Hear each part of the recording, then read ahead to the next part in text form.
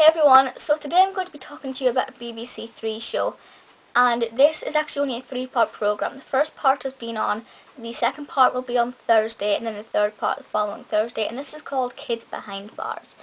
And I hadn't had any intentions of watching it, but it was put on the TV, and as soon as it came on, and we were in the first 5 minutes, and I was like, this is surprisingly really exciting.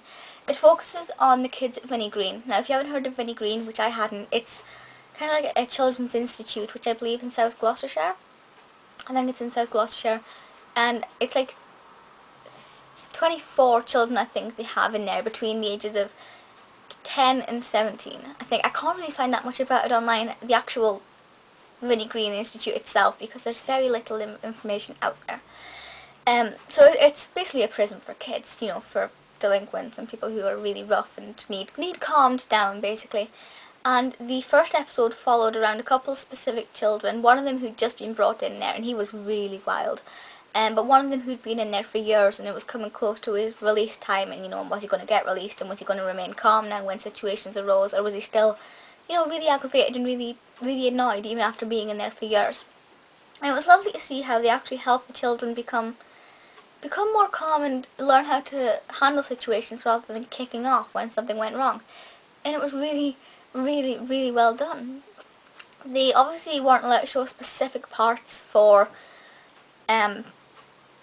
for safety reasons, but they still showed like the strip searches and things, not literally physically, but they showed how they had to like put on a gown and then like take off all their clothes, and then like all their clothes pockets were checked and things. So these kids are getting strip shirts because they had bedrooms. But if something had happened, if something had gone missing or there was a big problem, they'd go into lockdown. So they would literally be locked in their bedrooms. Then all these kids would be taken out one by one to be searched and questioned. Now, because there's only 24 kids, it's not going to take that long. But you're still thinking each kid could sometimes take 20 minutes. So you could be in lockdown for a very long time, and that enough for me would make me be very, very good just to get out of there. There was also one kid that was followed around who was quite young, and he was really, really hyper, but he wasn't there for very long. He obviously hadn't done anything exceedingly naughty to get in there. It was obviously just might have been a wrong place, wrong time sort of thing. But he was wild, and I don't think he was ready to come out at all, but never mind. So it is, kind of in the sickest of sense, it's really entertaining, because you're sitting thinking, oh my god, look at those kids kick off, they're psycho. But at the same time, it's kind of upsetting to watch, because these are real kids, these are their real lives. And this, you sort of wonder if Vinnie Green Institute can't help them, if they are physically beyond help, what's the future going to be like? Obviously they're in there now, they're getting help, hopefully things will work out for the best for them, and, maybe they'll have a good life. And there was an example of one boy whose life really was turned around, and it was, I nearly cried a little bit when we heard it, because it was such a beautiful story of how it all helped him out. People are like, oh, I don't want to go to prison. But let's face it, would you rather spend the rest of your life running away from the police, or would you rather spend a few years in prison and then come out and have a really good life?